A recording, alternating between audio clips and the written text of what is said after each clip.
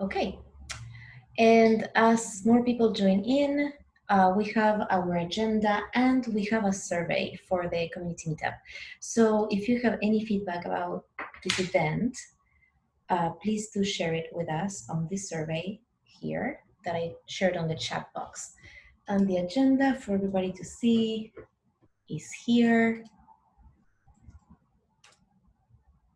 And I think we are going to go ahead and get started. We have a few updates. I think we have, let me see, is Carlos Santana here? I don't know if I saw him. He didn't join yet, but he has an update about the release announcement of version 0.17.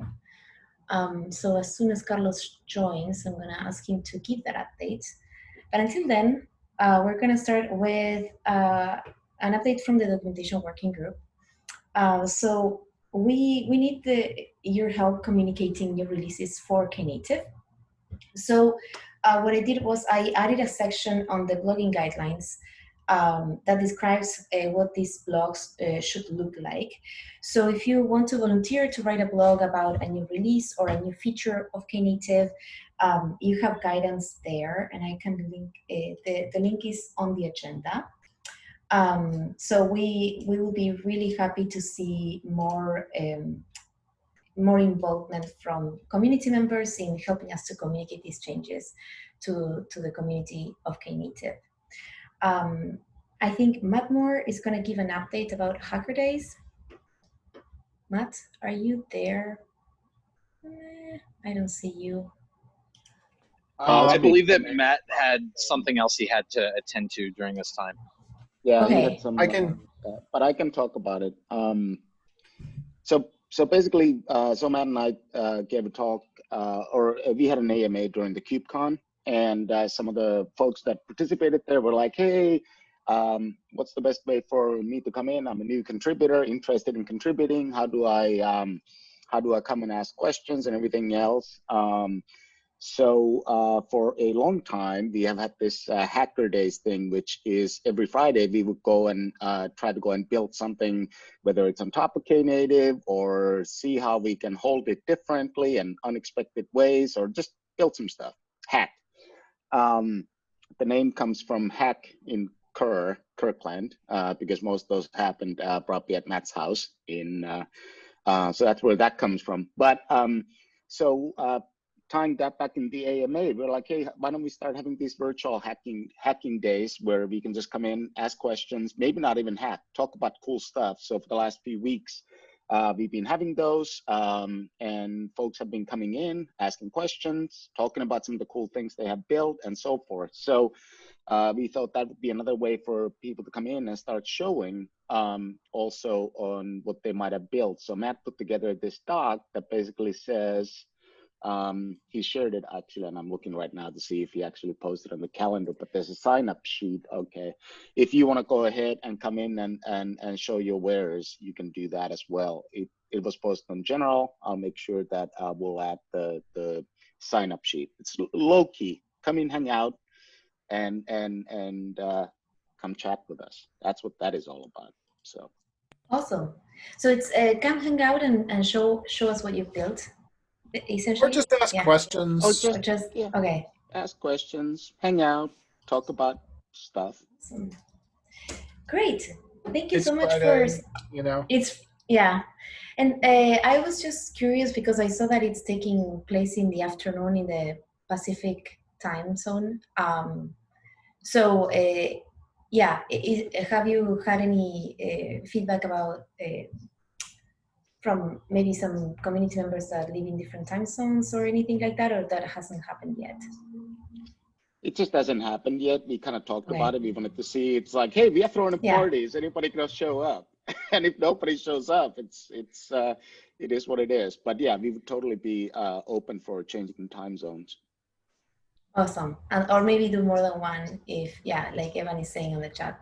Great. So if you're in Europe and this is too late for you, you can organize a European version of this, and that would be amazing. Great. So I share the event link. That is a link to the calendar, to the Knative calendar for people who want to add this to their calendars. And if you have any other information that you want to share, please add it on the agenda. Great. I think with that, I don't think Carlos has joined the call, but I think he's working on a blog to announce V 0.17. And we'll see that on the blog soon. And with that, I'm gonna pass it on to Mauricio Salatino. He's gonna do a demo, Cloud Events Orchestration with Knative and Zeebe. Mauricio, the floor is yours. Yes, Maria, thank you very much. And thank you everyone for joining Meetup. This presentation, it's about that, about orchestrating cloud events. And in general, the main goal for the presentation and for me to be doing this here is just to gather feedback and think what you guys think about what I'm building. And if you think that it's useful, by doing this, it's like a POC kind of thing that it's kind of working quite okay. I'm just trying to also learn more about Knative and see how can I contribute. And by just creating simple applications, it's pretty clear to me that or I might be missing some stuff or some stuff that we can create in order to make like, you know, the user experience a little bit better. Not on the Knative stuff, but in some components that can help people to build like applications basically. So let me try to go over the application. My name is Mauricio Salatino. I do work for a company that's called Camunda. They have been doing workflows for a long time, and I've been working with workflow related companies for the last 10 years or so. So I've seen like a fair share of implementations of applications using workflow technologies and how, you know, they create these workflow engines. This company has a project that's called Zeebe. That's the one that I'm going to be showing today.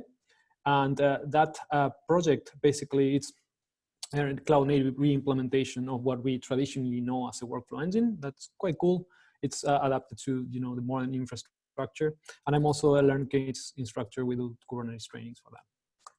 I'm pretty sure that we are all familiar with Kubernetes by now. So a quick disclaimer here, I will be running a live application running in a remote Kubernetes cluster. It's using WebSockets and Knative cloud events and a bunch of other stuff. So what can possibly go wrong? I would say everything. And if something can go wrong, it will go wrong. So don't laugh too hard if the demo fails. But feel free to stop me at any point while I'm showing things, because the main idea here is that if we can make it interactive, or if you have feedback at any particular point in time, let me know. So let's take a look at the application. So I built an application that is composed by 4 microservices, and it's simulating a tickets portal. All the source code and all the references for building and running this application in your own clusters can be found here in this repository, Orchestrating Cloud Events, under my account. That's in GitHub. It's kind of like a work in progress. I will keep adding more information the more I build the application, but now it's in a situation where you can just build it and run it in your own cluster if you want to. So let's take a look at the application. Let me go out here. Let me go to the application. And the application, again, is simulating that idea of you need to sell tickets for, let's say, a concert that it's in high demand. And you probably have less tickets than people wanting to buy the tickets. So you might need some kind of queuing system in order to be able to serve, you know, in a first come, first serve approach, right? So in order to do that, you will need to have some kind of a queue, and you will start queuing customers while they arrive. And in the moment where the tickets go on sale, you are going to start processing that queue and just letting a bunch of customers at a given time to proceed and reserve the tickets, right?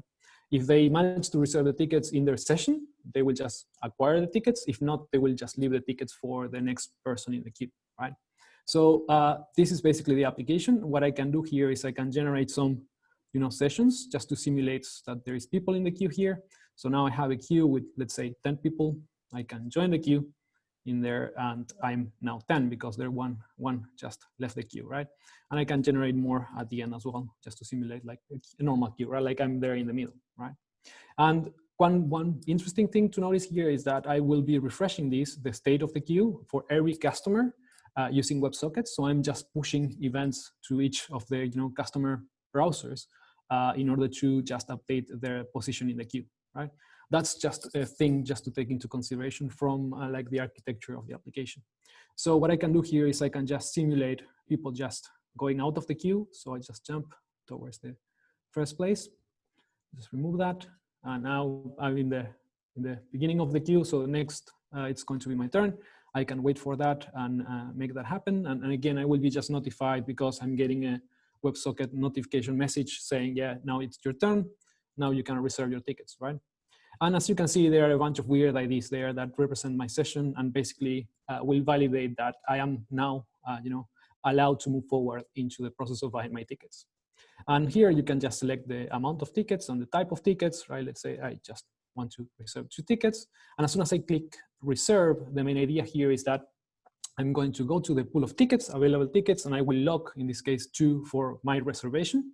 And those tickets will be locked until I pay for those tickets. If I manage to pay correctly, then the tickets will be mine. If I do not manage to pay correctly, and for some reason there is an error, or I just do not pay, those tickets are going to be automatically put back there into the pool, right? And as you can imagine, if you have a payment service or a payment system, it might be kind of like a third-party payment system. So as soon as I click pay here, I will just send my details to a third-party application, and I'm using an iframe and again a callback in order to verify that the transaction was approved. So when I click here, I'm just going to a third-party application. This is not the application of the tickets portal, it's a third-party thing. And then I'm just waiting for a callback to come back and say that my transaction was approved or rejected. It was approved, and I also get a WebSocket notification saying, yes, you can continue and you can get your tickets. So that's pretty much what the application is. That's kind of like the normal flow of the application. And based on this, you can go and say, okay, if you want to architect an application like this, you can use like an event-driven approach, right? And if you use an event-driven approach, basically what will happen is that you're going to be emitting events. Some services will be emitting events, and some other services will be consuming events, and in order to make all this flow happen, right? So these are kind of like the events that you would expect to have in these kind of like situations. You join the queue, you exit the queue, you reserve the tickets, you send the payment gets authorized, and then the tickets gets emitted, right? If you go more to the architecture, this is kind of like how I started working with this application. So I created 4 different services. The front end, which is interacting with WebSockets to the client to the browser, sending messages, and also sending the HTML for the website. A ticket service that is in charge of interacting with the payment service and also to emit the tickets, and the queue service, which is in charge of this queuing mechanism that you saw at the beginning. When I started building these services, I started saying, okay, let's use cloud events to share information between these services. And I started using like the HTTP bindings, so sending HTTP post requests between the services. And at that point, my services needed to know exactly where I was sending those requests, right? So from the front end, if I want to interact with the queue service, I just need to send a post request to the queue service that pushed me to know in the front end application to know where the queue service was, right? And you can quickly do that. You can easily do that. But if you're building a more real life application, you might need to have some more advanced stuff. And we are in the Knative meetup, so I don't need to explain what Knative serving or Knative eventing is. But I started looking quite heavily into Knative eventing in order to implement a more robust solution of communicating this service together to be able to scale it. So I started using Knative eventing, and you ended up with something like this, where you do not communicate the services between each other. You just send messages to the broker using a channel. I started with a memory channel, and then I switched to Kafka. And you have a broker where you just publish your messages or your cloud events, and then you create triggers for subscriptions for those events. So different services will subscribe to different event types, and by creating the right subscriptions and by publishing the right cloud events to the broker, you can like implement this flow. At some point, I needed to create some kind of a checklist to understand how the flow was composed, right? It was something like this. I said, okay, the front end needs to generates a cloud event that it's being pushed to the broker, and then there needs to be a trigger in the queue service to consume that event to do something. And the same here with the queue service. When the queue service generates the customer exit event, there needs to be a trigger in the front end to be able to consume that and allow the customer to move forward, right? So for this very simple scenario, I needed this checklist, and it's kind of like, I can definitely understand it now, and it's easy to build, but you can imagine that if you have tons of triggers and tons of these subscriptions and tons of messages being generated, it might tend to become a little bit more complicated. So definitely, kind of like my first experience was, okay, yes, I know how to build my application. I know how to create these things. the idea of creating triggers on top of the broker, like subscription-based, that you wire more like in runtime, not when you're designing your applications. So your services doesn't know about each other. It's pretty cool. It's very declarative, and I really love that thing from Knative Eventing. But it becomes kind of like a thing, like how do you visualize how things are being connected together at a given time? What's the sequence of events that needs to happen in order to complete the flow? What happens when you want to change the sequence? You know, and how do you understand what was the sequence that was executed yesterday and what's the sequence that it's required today, for example? It's hard to see where things are at the given time. You need to implement some kind of like your own dashboard to understand what's going on. And when things go wrong, it's also difficult to understand what exactly is going wrong, right? Like, did you miss a trigger? Did you misconfigure a trigger, or what's going on, right? So it's good to know that Knative also have Knative Flow, which basically implements a bunch of things, a couple of constructs, sequence and parallel, that allows you to start defining and in a declarative way these kind of things. And it's really nice from these concepts. Again, I will not spend time explaining these concepts because it's the Knative meetup. That again, you just define them declaratively, and they also start doing interesting things like automatically provisioning channels in this case, right? Like you have a channel template that basically means that every time that you create one of these sequence, a channel will be created for hosting, kind of like serving that sequence. The same with the parallel, right? And again, this definitely it's going in the direction where you can define, you know, this important sequence of events, or how to process a cloud event against like different services, how to send, how to route events across multiple services, which is a really interesting idea. And that's why I wanted to talk a little bit about Zeebe, because Zeebe, it's a workflow engine, and it's basically designed for doing these kind of things. So there is an overlap there with Knative Flow, but this is, I would say that this is a little bit more high level, right? It's not a replacement for that. It's overlapping a bit conceptually, but definitely consider this on top of it. Like it's like a different dimension. It's just to provide visibility, and I will be showing that. And Zeebe, it's something that you can install in your own clusters like Knative. You can use Helm charts in order to install it and just provision all the components that you need in order to run this in your cluster. Or you can use, you know, a hosted managed approach where you just instantiate some of the stuff in our clusters, and then you just connect to them, right? And I will be using that for the demo later on. So the architecture, when you're using Zeebe in this case, it's pretty simple, because again, the only thing that we can do here is we can just tap into the events that are being already emitted by our applications. So we have Zeebe here. The only thing that we'll be doing is looking at the events that the application is emitting, and what we can do is we can do the first thing, which is understand what's going on, right? So we can create a model like this one, the one that I'm showing here. I can show it into this other application, which basically the only thing that I'm doing here is I'm mapping a high-level view of what's going on by defining this model, which is saying every time that I get a new, you know, customer join event, I will just create one instance of this model, and then I will keep waiting until this next event happens, and then until this next event happens, and then until this next event happens, and the same here, right? By the end, I will be able to see how many, you know, if I just look into a dashboard that it's showing me all the instances of this model, I will be able to see how many people is trying to buy tickets and how many are stuck in the payment section, for example. And that's pretty powerful, because when you have like this, you know, event-driven applications, you might end up having like loads of different events at different levels. You know, one more technical events, more high-level events. And with this, you can choose exactly which events are you interested, and then map them into a model like this. And again, here, we are not influencing the application behavior in any way. We are just, you know, tapping into the events that are already happening, and then just, you know, mapping that and visualizing that. So now I'm here again at the beginning of the application, and I can join the queue. And I can go here to a tool that comes with Zeebe, that it's hosted there, and I can refresh this. And I need to kill all these instances.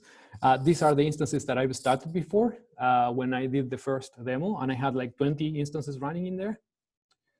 And I completed one of the flows, right? And now I created a new one, which is the one that is here.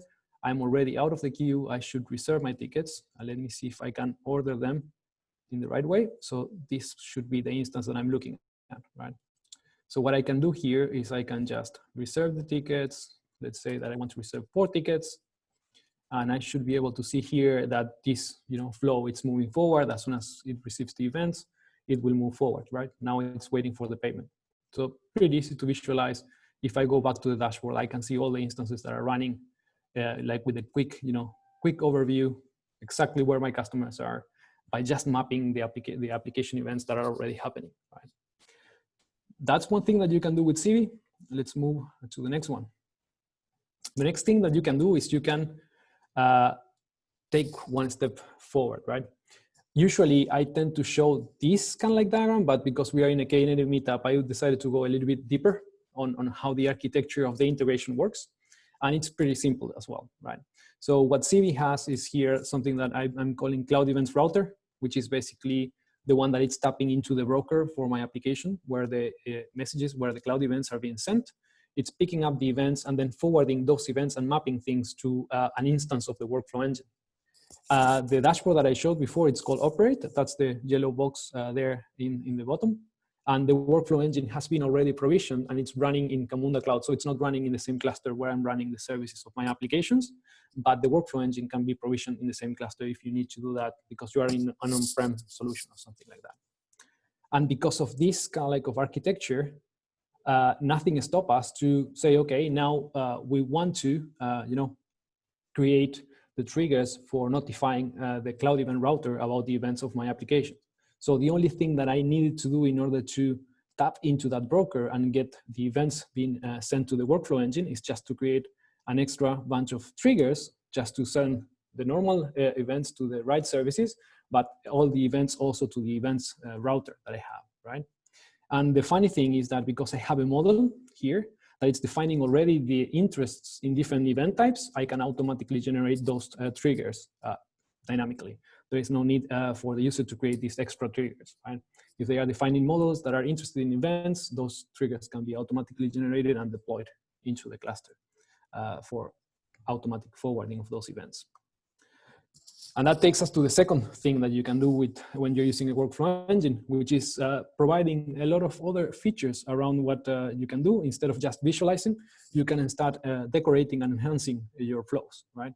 So one of the things that you can do, as shown here, is you can start adding timers, for example, for time-based notifications and something that is quite common, keeping track of time and then sending notifications or executing actions after a certain amount of time happened, right? So let me go out of here, just go to the model. What I have here is the second version of the model. And what I'm doing in the payment section is basically adding 2 different timers. One timer that is non-interrupting, that basically means that I'm going to do something that is not going to influence the flow of the application. It's just going to, in this case, send a reminder, right? And then I have another timer that is going to influence the flow of the application in this case, and it's going to just notify the user that the reservation was timed out. So this is a little bit more aggressive, right? This is going to do something. And then I have these 2 extra boxes, which are basically creating cloud events. So I'm just going one step further, and now I'm generating cloud events from the flow, right? So if I zoom out, and if I deploy this new version, so basically what I'm doing now, if you're using a workflow engine, usually you have versioning like built in into these tools. So I can deploy a new version.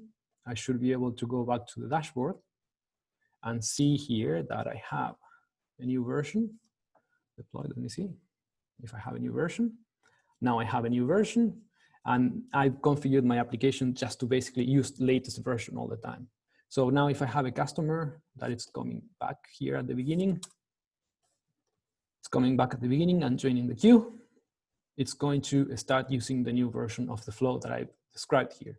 So at some point, if I refresh, I should be able to have a new instance coming,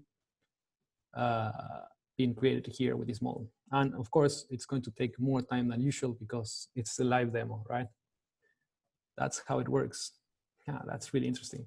Let's wait for a few more seconds. If it doesn't appear there, then I will try to start it again. It's not appearing. That's really interesting. It just picked up, I think that it picked up the last session. So let me do this. So let's join the queue again. That usually happens. Let's see if this picks up the right one. Now, there you go. So now we have the new instance here with the new version. And you will see that as soon as I go out of the queue, reserve my tickets, let's say 4 tickets. Now I need to pay. Now I'm here. Now remember that I changed the model here just to schedule some timers.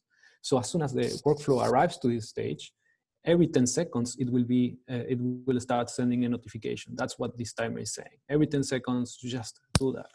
And that sending notification is basically creating a new cloud event that it's sent to the broker. So any application can be picking those events. And in this case, the front end is already configured to pick those events and show here a notification. Right?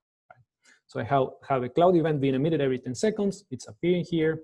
And then, as I mentioned before, I have another cloud event that it's going to be generated when, you know, the reservation timeout after 2 minutes. And we can see that if we wait for 2 minutes, we are going to be kicked out from our current session back to the queue, right? I will not wait for that, but believe me, that's exactly what's going to happen. After 2 minutes, this session is no longer valid. You are just going to leave, you know, this spot for the next person to be able to buy the tickets.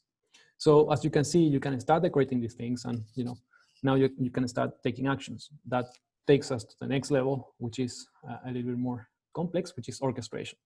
And I know that orchestration is a very overloaded term, but we need to talk about it. So this is just kind of like the thing that I was showing before. Now the event router can generate events, and then the front end can register to those events as well, right? Like that's kind of like what the demo was showing.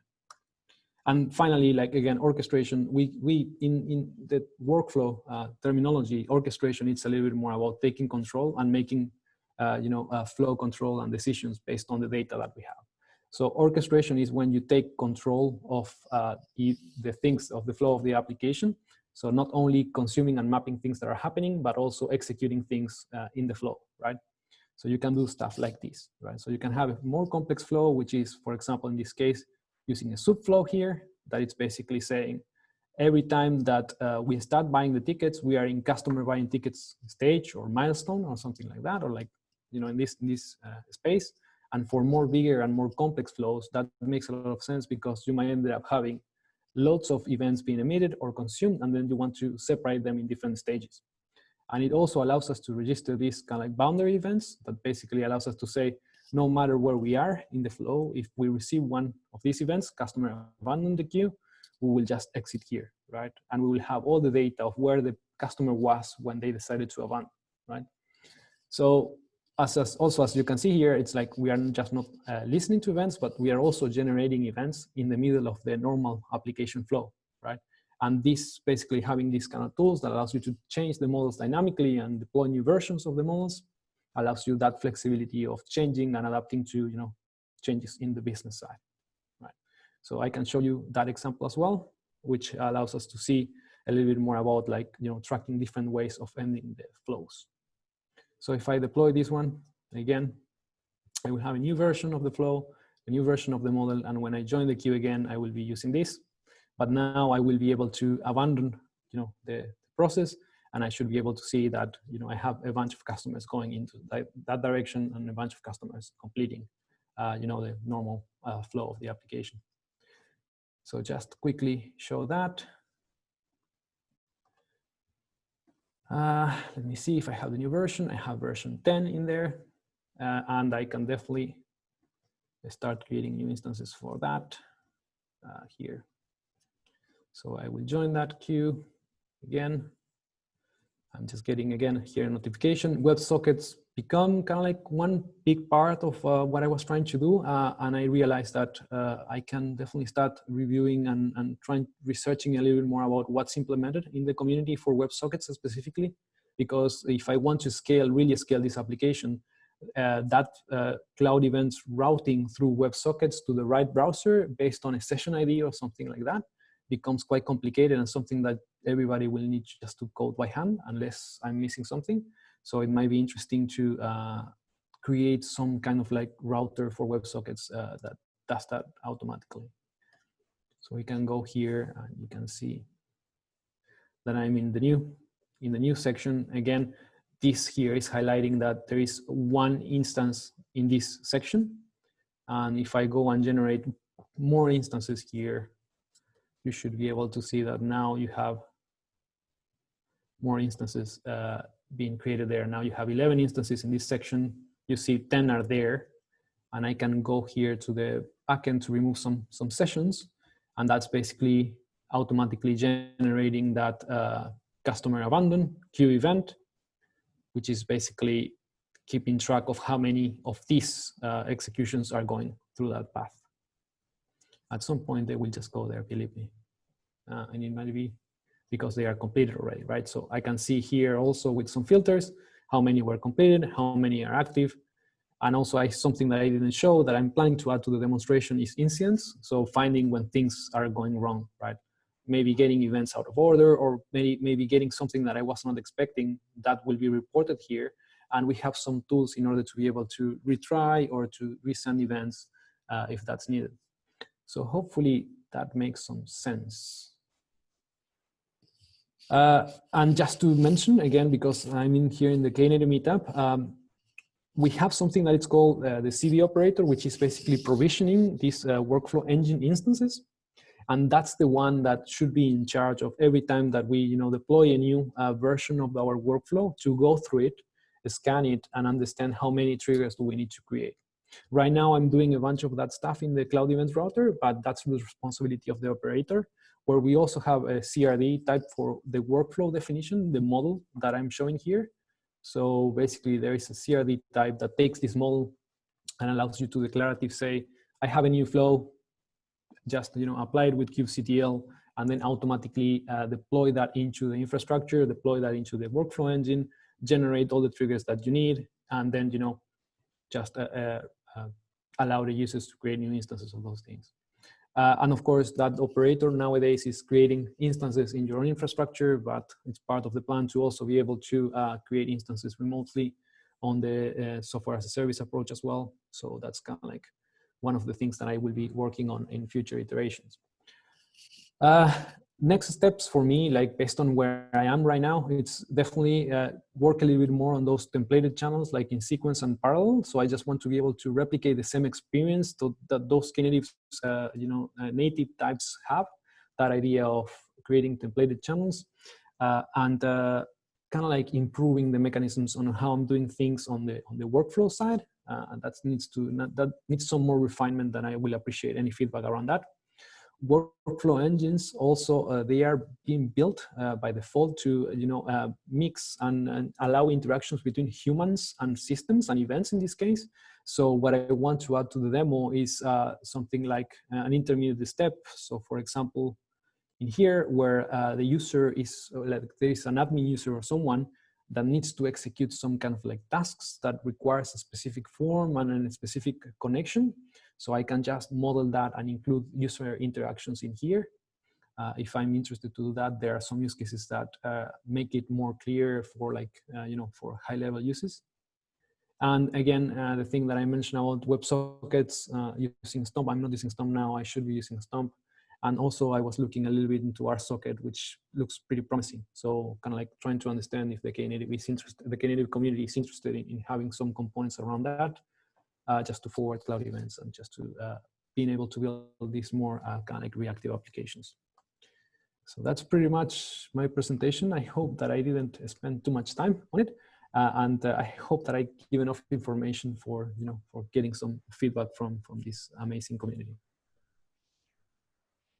Thank you so much. Do we have any questions, comments for Mauricio? I think there was something, yeah. Evan? Wait, we can't hear you. I noticed that one of the steps you had looked like it was a delay.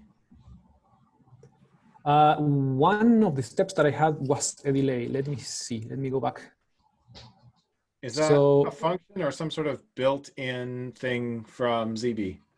Can you point me out to which one? So for example, like these ones? Like the payment reminder, yeah.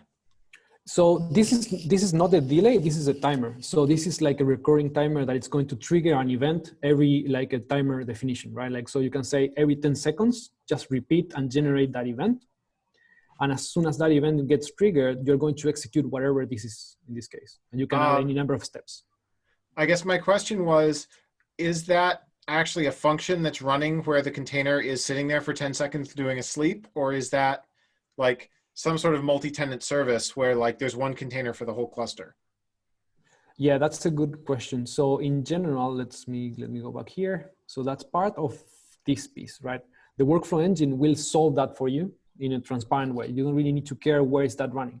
Because again, the functionality that that's providing, it's just the timer service. It's like a cron job kind of thing that it's transparent for you on how it's running. And in the back, what is happening is that this workflow engine is not just a single entity. It's not just a single container. It's a bunch of containers that are executing these workflows. And they are keeping track of time and when to trigger those notifications. I guess my question was, would that be a useful piece of functionality for Knative eventing to have? I think that that's a quite common requirement for building applications. So having like ways to schedule timers. So I would say yes, these components are already implementing some of those. So how do you define that in Knative as well if you don't want to use these components? It's a very good question, yes. I could think that it might be a good stuff to have. I hand so-and-so an event and 10 seconds later it comes out the other side. Exactly. But again, so so you're here, you're scheduling a timer to just fire something, right? So this is not delaying that event for 10 seconds, is every 10 seconds just to meet a new event, right? Yeah, you're basically creating a temporary cron job. Exactly, yeah. Like, that's it. Yeah, that's it. And you are also, the other thing that it's important to notice here is that this cron job is going to automatically be cleaned up the moment that you move forward. Right? How do you, how do you clean, sorry, yeah, I didn't want to interrupt, go ahead. No, so basically the main idea here, what this model is saying is that this timer is useful when you're waiting for this event to happen, but after this event happened, then you just don't need these two timers because you are just in a different stage now. Yep. Does that make sense? It totally makes sense. I mean, the super hacky way that you could do this today would be to go ahead and spin up basically whatever the ping source is, right? To go ahead and commit an event. Tricky bit is when do you would then have to go and manually clean it up. Exactly. Yeah. And again, the workflow engines in general, they implement this because it's such a recurring, business requirement to have these kind of notifications and the cleanup mechanisms that they just built in. Yep. Any other questions? Hi, Mauricio. Do you have any feedback on how you learn about when you getting started looking at the documentation of Knative? How you ended up using brokers and triggers versus other type of artifacts in Knative? Just this is a summary of how difficult or what things we could improve in that area of guidance on how to understand Knative eventing better. That's a good question. I definitely reach out because I didn't understood some of the bits, but definitely I was surprised on how easy it is to start, for example, with the in-memory channel and then just switch to Kafka and how transparent it is. In general, the documentation for 0.17, it's pretty clear to me. I follow the steps there like several times to install different clusters and just to install different components and go back and recreate environments and do that kind of stuff. And it's working quite good. It is funny enough that I tweeted like last week that you guys are going so fast that it's pretty difficult to catch up from the client side, right? I started using libraries that were like out of date quite fast. A lot of events. Yeah, we're doing that, and we're doing release notes now. So keep in touch with that. With the I saw that you were using in-memory channel. Did you look into like if you're going to deploy this in an enterprise having persistence? Did you look into what other type of channels you were looking into experimenting, like Kafka or any other type of persistence? Yeah, so the application now it's running with Kafka, and I did that. So I started with no eventing. I just was sending cloud events between services using HTTP. Then I switched to the in-memory channel, and then I switched to Kafka finally just to test that the abstractions are right, which is something that I wanted to just test by myself. I didn't believe it. So, but it's working quite good. So. Yeah, I'm just don't feel that I'm integrating it. We're just capturing feedback of like these are the type of things we want to know. Like what did you pick, right? Kafka, how difficult it was to get up, and what are the changes we're doing. So yeah, so feedback is on the WebSocket kind of side. right? I need to do more research. I do need to do more research. I didn't have enough time to just go and look into all the other options that are out there, like all the community projects. But I'm really interested in getting that, you know, kind of like WebSocket router that allows me to route to the right, you know, client-based session cloud events. That will be awesome if it comes out of the box, or if it's a community extension that we can maintain. Yep, yeah. So keep in touch in Slack and the dev list. Certainly, other people can give the ideas. Either you're building your own or you're using a cloud provider, for example. It depends how you want to maintain that state and how to traffic those events. Yep. So I'll stop there for Vila and even get more questions. I don't have questions. I have a few comments, which is one of them. This is really cool. It's nice to put a face to a Slack chat. That's awesome. Great stuff. I really enjoyed the demo. That was really cool. And the only other comment I was going to make is I know Scotty has been doing a bunch of work with the WebSockets, with the sock guys and the big mouths and all the other bits. So if he's on the call, I wonder if he have to go do something else. But I know he's been doing a lot of stuff with that, and I think Pierangelo, didn't you do something as well? I see you there. I'll pick on you.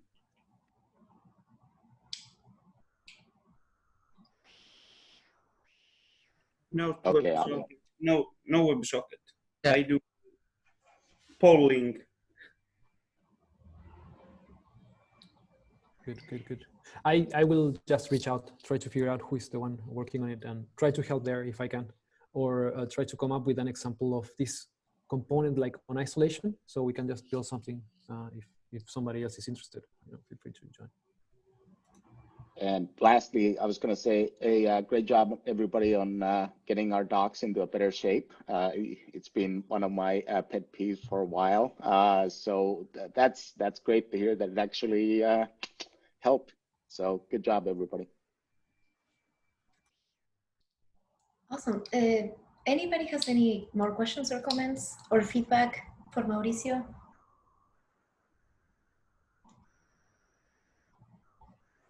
Great. So, Carlos, did you have an announcement about a blog, or did you?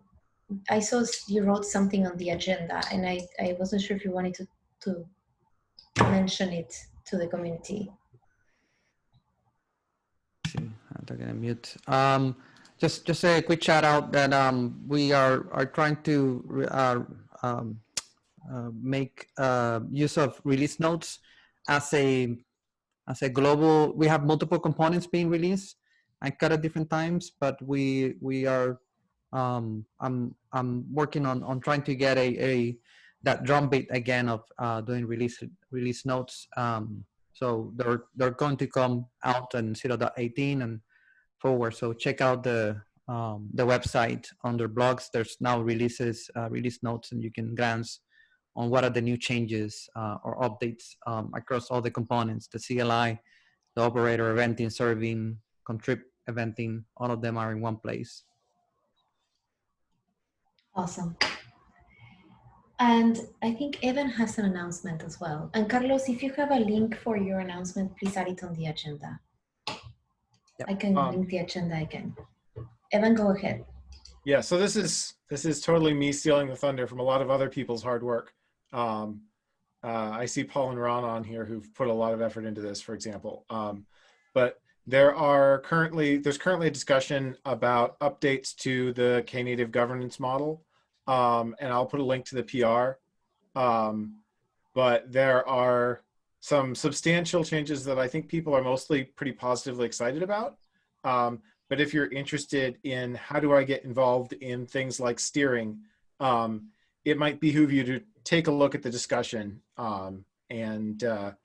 You know, if you see things that look like they need to be adjusted or need some attention, the concrete is wet at the moment, so it's a good time for us to get things right. Yeah, write your name in there. Handprint. Wet concrete. Awesome. Thank you so much. And are you going to add a link? Ron, go ahead. Or I don't know. Yeah, I think Evan is going to add a link to the PR I just wanted to give a quick +1 and a great presentation from Kamunda. Great to see. Thank you. I appreciate it. Great. So I think this time we may have run out of time to go into breakout rooms. How are people feeling? Should we do that for 8 or 9 minutes and have more like one-on-one conversations? Thumbs up? Yes? Okay. Cool beans. So I'm gonna send you on a breakout room.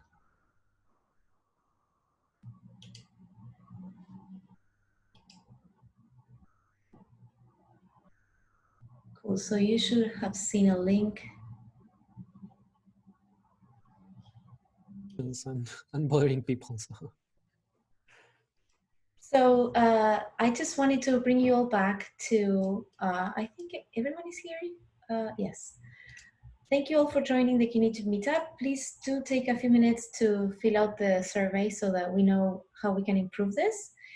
And I'm going to upload this recording to the Knative YouTube channel, as we usually always do. And if you have a demo idea or if you want to show something that you're working on, please reach out and on Slack, and we can make time for your demo as well. Thank you, everyone. Have a nice rest of your week. Thanks, everybody. See ya. Bye. Awesome. Thank you, everyone. Bye-bye.